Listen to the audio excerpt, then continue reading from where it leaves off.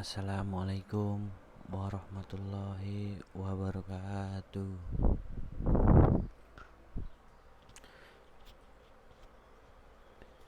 Perkenalkan, nama saya Irfan Fakhrudin dari Universitas Muhammadiyah Jakarta, Prodi Ilmu Politik.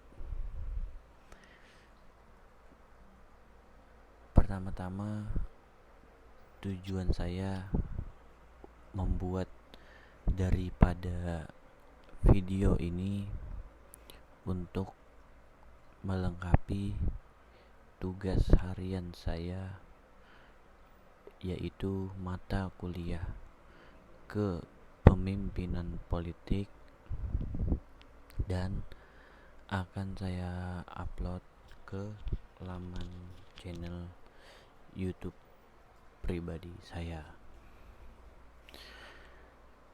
Di sini saya akan membahas tentang signifikansi kepemimpinan politik. Sebelum kita masuk ke dalam pembahasan,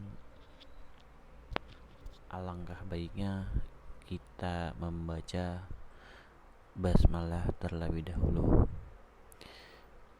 Bismillahirrahmanirrahim. Oke. Yang pertama, kita akan membahas terlebih dahulu apa itu signifikasi.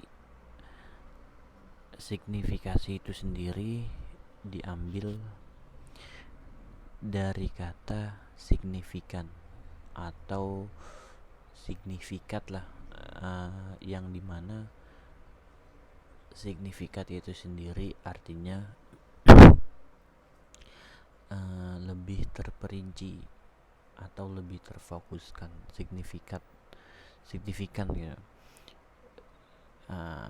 lebih signifikan berarti kan itu kan lebih menjuru atau lebih dalam tentang apa makna atau apa dari arti daripada kepemimpinan politik. Lanjut, ketika membahas tentang kepemimpinan politik, kita diberitahu bahwa kepemimpinan itu sendiri menjadikan suatu politik yang penuh warna, dan juga politik dapat dikatakan sebagai war of idea atau perang ide. Bagaimana seseorang pemimpin melakukan riset, melakukan rencana, melakukan suatu susun strategi untuk melawan dari kelompok lain gitu, yang dimana sebenarnya kepemimpinan itu sendiri dibentuk untuk mengayomi suatu kelompok dan bahkan untuk menciptakan kesejahteraan ke depannya. Namun seiring berjalannya waktu, tentang perputaran roda politik yang ada pada negara Indonesia, kepemimpinan politik ini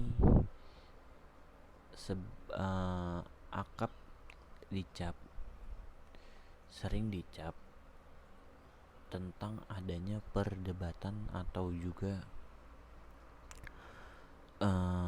kekisruhan atau keributan yang terjadi dalam satu kelompok kepemimpinan politik itu sendiri. Makanya ketika orang awam mendengar tentang arti kata politik gitu, orang akan berpikiran bahwa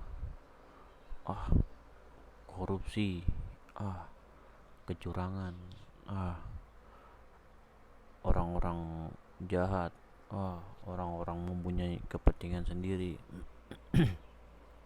Tidak, tidak seperti itu sejatinya politik. Politik itu adalah bagaimana cara kita membangun sistem kemanusiaan untuk kesejahteraan manusia itu sendiri, yang nantinya dari kalian untuk kalian sendiri, dan kita hanya menjalankan sebagai pemimpin untuk menjalankan suatu kewajiban dan memenuhi hak-hak kalian. Bahkan ketika kita diberi hak untuk mengatur, contoh dalam kepemimpinan itu kita diberikan hak untuk memimpin suatu kebijakan atau penetapan yang berimbas kepada masyarakat. Sejatinya di situ kita diawasi dengan itu. Sejatinya kita di situ diawasi dengan tanggung jawab yang membuat kita tidak boleh salah dalam mengambil langkah untuk melakukan keputusan-keputusan di bidang politik. Namun dari kita itu semestinya mempunyai sikap yang dewasa dalam menentukan pilihan politiknya, dan juga ketika kita melakukan suatu manuver-manuver pada kepemimpinan itu, alangkah baiknya kita jangan sampai membuat masyarakat menjadi traumatik atau mempunyai kecenderungan sikap yang negatif terhadap perpolitikan di Indonesia. Dan bagaimana bisa politik di Indonesia itu dicampuri dengan bumbu-bumbu yang dapat merugikan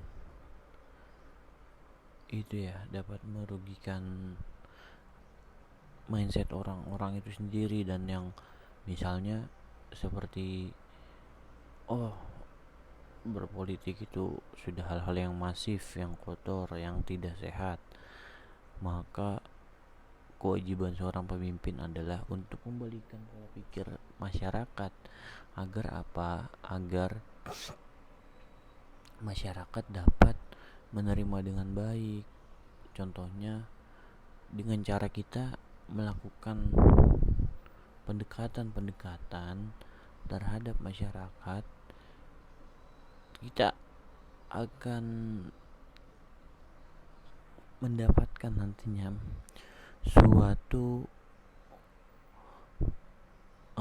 feedback, timbal balik yang positif terhadap diri kita, agar masyarakat juga mengerti apa itu politik. Dan pastinya dari cara kepemimpinan itu sendiri, kita harus banyak itu sih, seperti saya bilang itu, mediasi atau juga pendekatan terhadap masyarakat, agar masyarakat itu sendiri merasa terayomi atau mempunyai privilege lah terhadap masyarakat, terhadap pemimpin.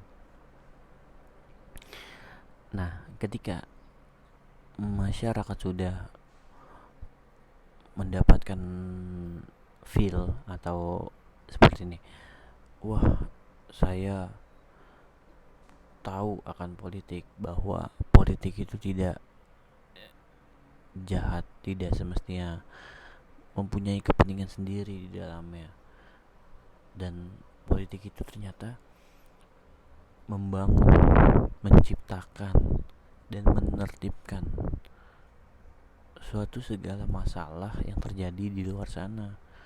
Nah, kenapa ada isu-isu politik seperti di berita itu tentang contoh seperti ini, politik itu hanya kepentingan pribadi kita sebagai masyarakat bawah, hanya menikmatinya saja. Tidak, seperti kalian tahu, sesungguhnya politik itu sangatlah indah. Mengapa mereka bikin berita seperti itu? Itu karena untuk memanipulasi pikiran-pikiran kalian yang belum sempat diajak, bukan diajak, disosialisasi tentang apa itu politik. Maka kalian akan langsung percaya dan mengiyakan berita tersebut. Mirisnya lagi, ketika ada berita yang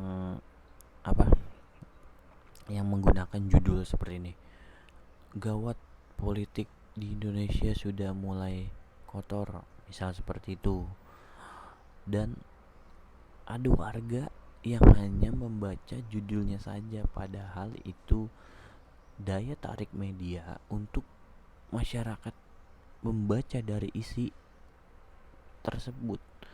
Dan masyarakat seolah-olah ketika sudah membaca judulnya akan merasa benar, akan merasa politik itu kotor.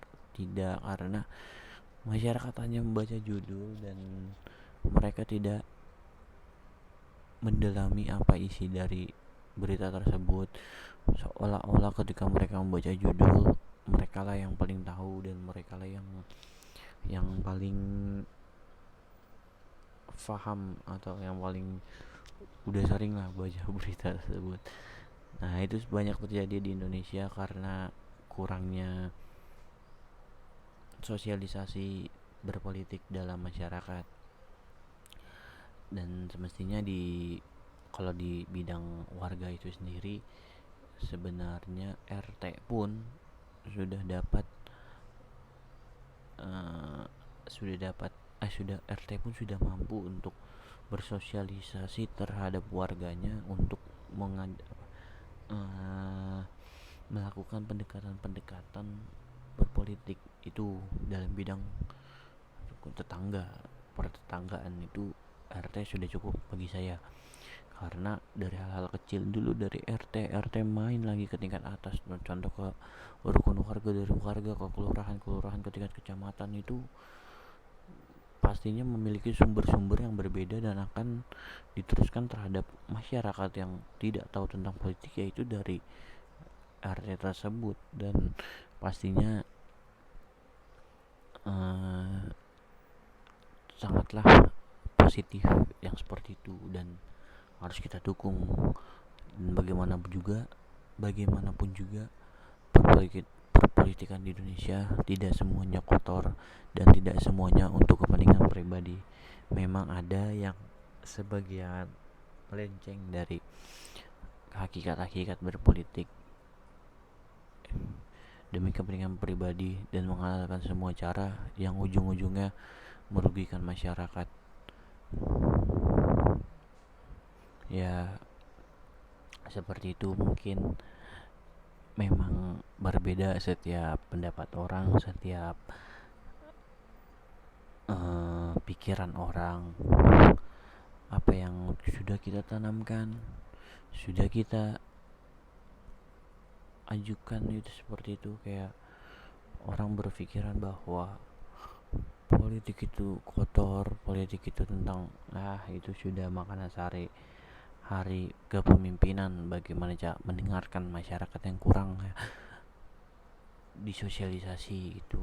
Mungkin dari sekian banyak yang saya sampaikan ini,